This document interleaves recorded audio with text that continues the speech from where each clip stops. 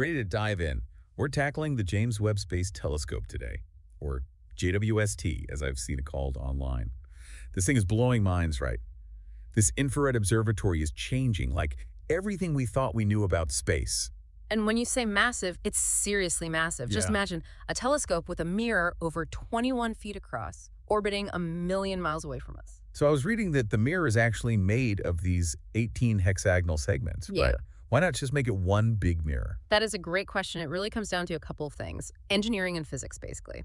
See, these segments are made from beryllium, super lightweight, and coated in gold.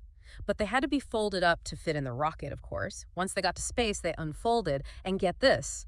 They're aligned with such precision that they work together as one giant mirror. It's like space origami on another level. So why infrared light? I know it's about heat, but how does that help us see farther into space?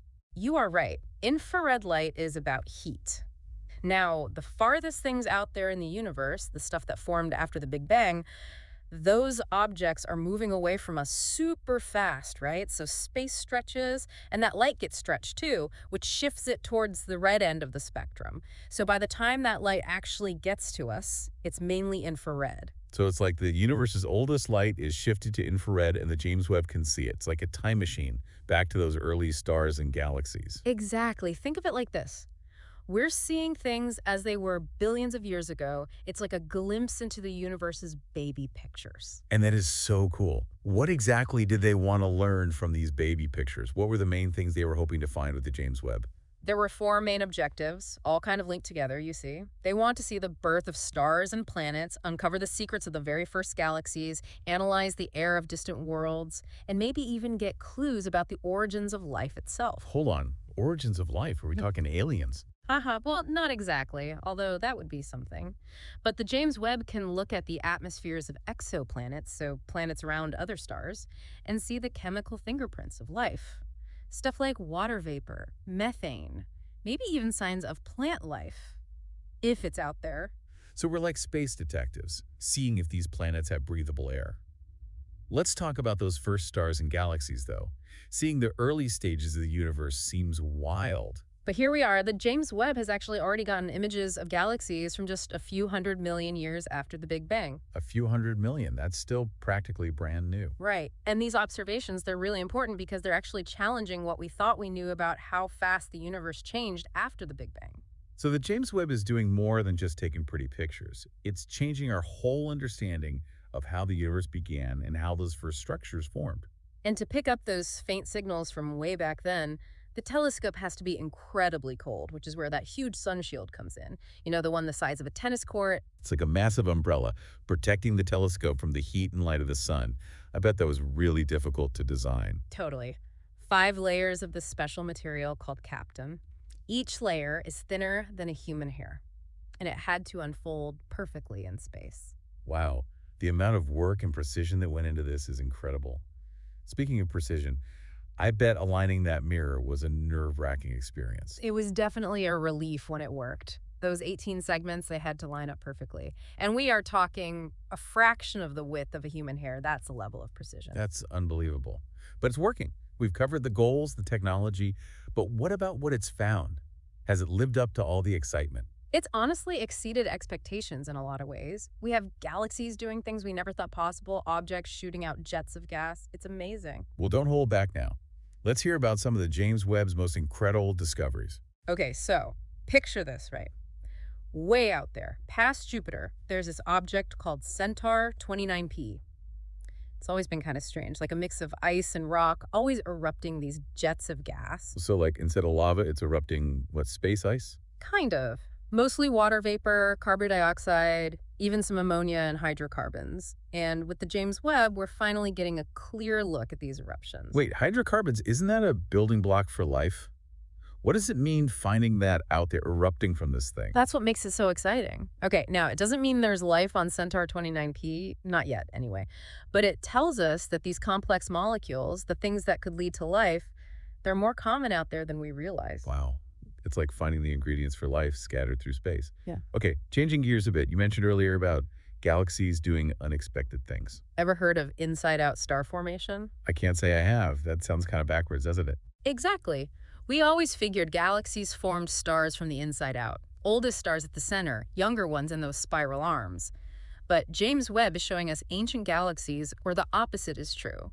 The youngest stars, they're way out on the edges. So these galaxies are like flipping the script. How is that even possible? That's what everyone's trying to figure out. It seems like maybe gas and dust gets pulled in from the outskirts, maybe from the cosmic web itself, and that triggers these bursts of star formation on the outer edges. A galaxy growing from the outside in, can you imagine? So different from how we pictured it. Like a city expanding from the suburbs instead of the downtown core. Wild. It really makes you think, and it shows just how much we don't know about how galaxies form. That's what gets me, It's not just the beauty of it all, but the fact that there's so much we're still learning. And one of the big mysteries is this thing called the Hubble tension.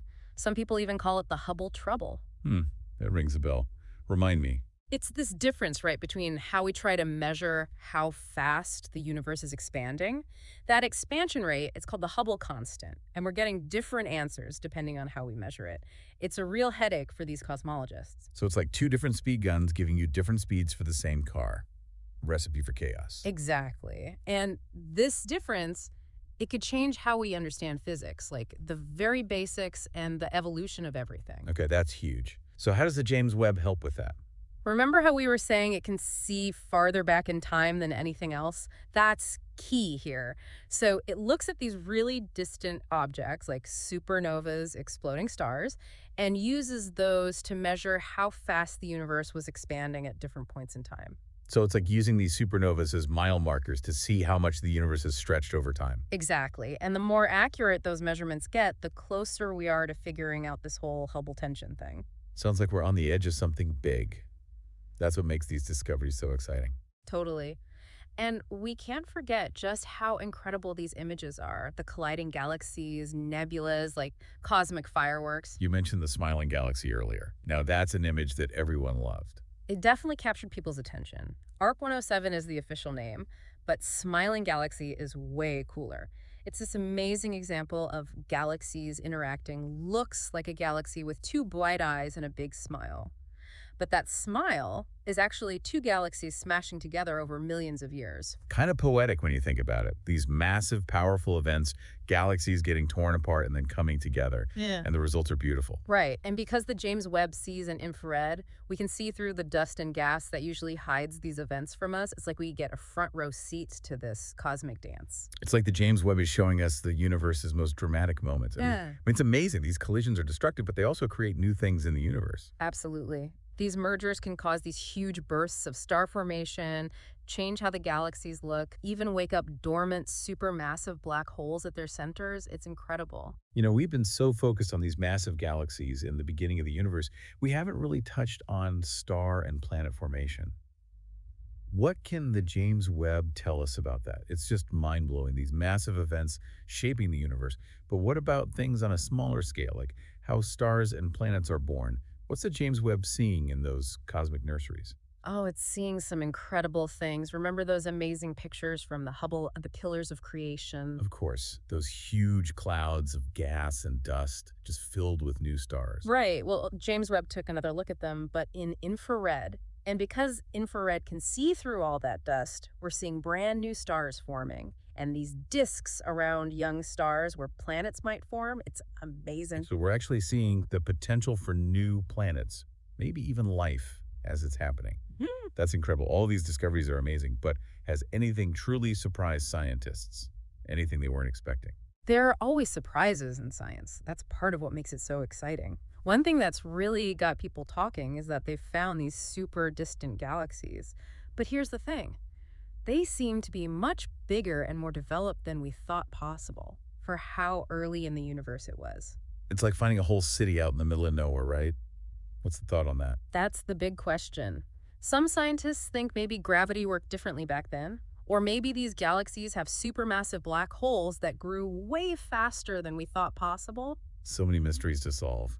It seems like we're just scratching the surface with the James Webb. We are. It's supposed to be working for at least 10 more years, maybe longer. Who knows what we'll find out there? I can't wait to see what's next. Yeah. What are some of the big things scientists are hoping to learn in the next few years? Well, finding signs of life out there is still a huge goal.